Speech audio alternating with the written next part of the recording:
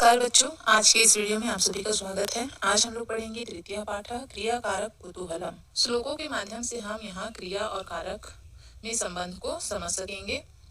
तो देखिए, पाठ का परिचय शुरू में दिया हुआ है।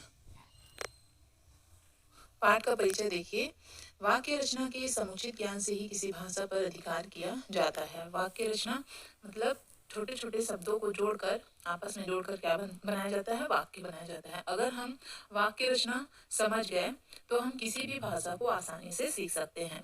वाक्य रचना में कारक और क्रिया का संबंध सर्वाधिक महत्वपूर्ण होता है। कारक क्या होता है, क्रिया क्या होता है? क्रिया जो भी कार्य हमारे द्वारा किया जाता है उसे हम क्रिया कहते हैं। जैसे कि खाना पीना, घूमना, टहलना, ये सब क्या है, क्रिया कहलाता है। ठीक है। और कारक क्या होता है? देखिए, कारक, चिन्ह, विभक्ति, ये सब कारक है। तो संस्कृत में जब हम पढ़ते हैं तो कारक को विभक्ति के रूप में पढ़ते हैं। जैसे कि कर्ता के लिए प्रथमा विभक्ति, कर्म के लिए द्वितीय विभक्ति, करण के लिए तृतीया, संप्रदान के लिए चतुर्थी विभक्ति। चतुर्थी विभक्ति को क्या कहेंगे? संप्रदान। अपादान पंचमी विभक्ति है, संबंध षष्ठी विभक्ति, अधिकरण सप्तमी और संबोधन। संस्कृत से हिंदी अनुवाद करने के लिए चिन्ह समझना बहुत ही आवश्यक है। ठीक है। क्रिया कारक संबंध सर्वाधिक महत्वपूर्ण है, इसलिए भाषा के गहन गंभीर ज्ञान के लिए कारक और क्रियापदों के पारस्परिक संबंध का ज्ञान होना आवश्यक है। आपस में जो संबंध है उसका ज्ञान होना अति आवश्यक है।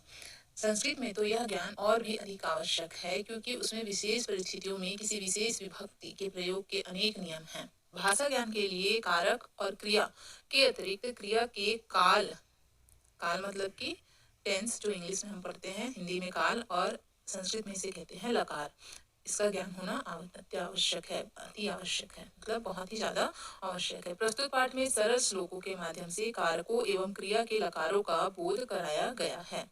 ठीक, जो काल होते हैं उसमें क्रिया का रूप बदलता है। ठीक है, तो उसी को हम यहाँ जो श्लोक दिया गया है, सरल श्लोक है, उसमें कारक का उपयोग दिया गया है और क्रिया के विभिन्न रूपों का विभिन्न समय में, विभिन्न काल में उसका प्रयोग यहाँ पे बताया गया है।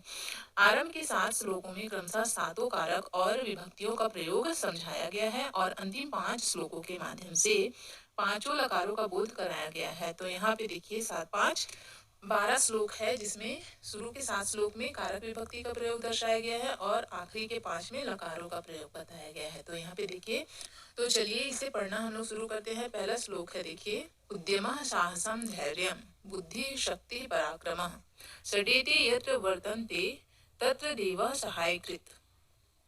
तो इसका अर्थ देखिए, इस श्लोक का देखिए शब्दार्थ। सबसे पहले उद्यमः का अर्थ होता है उद्योग या परिश्रम।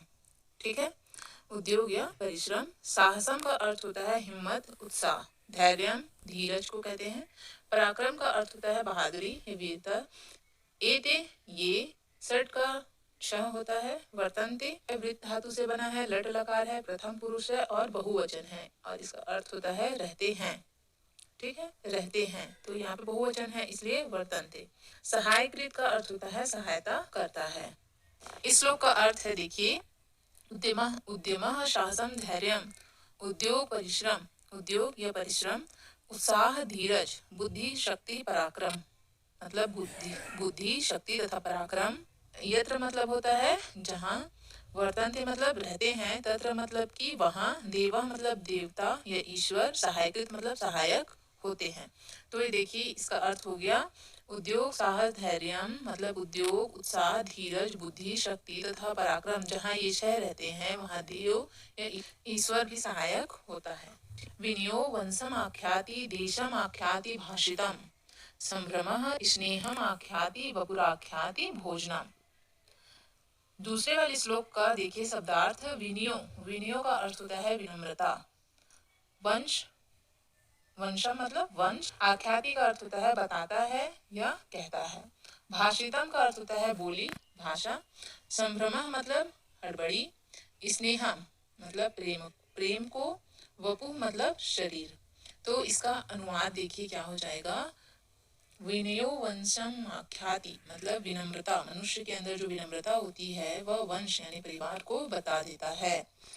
देशम आख्याति भाषितम, जो उसकी बोली है, व्यक्ति या मनुष्य की जो बोली है वह उसके देश को बता देता है कि वह कौन से देश का निवासी है। बोली और भाषा से हम समझ जाते हैं। ठीक है।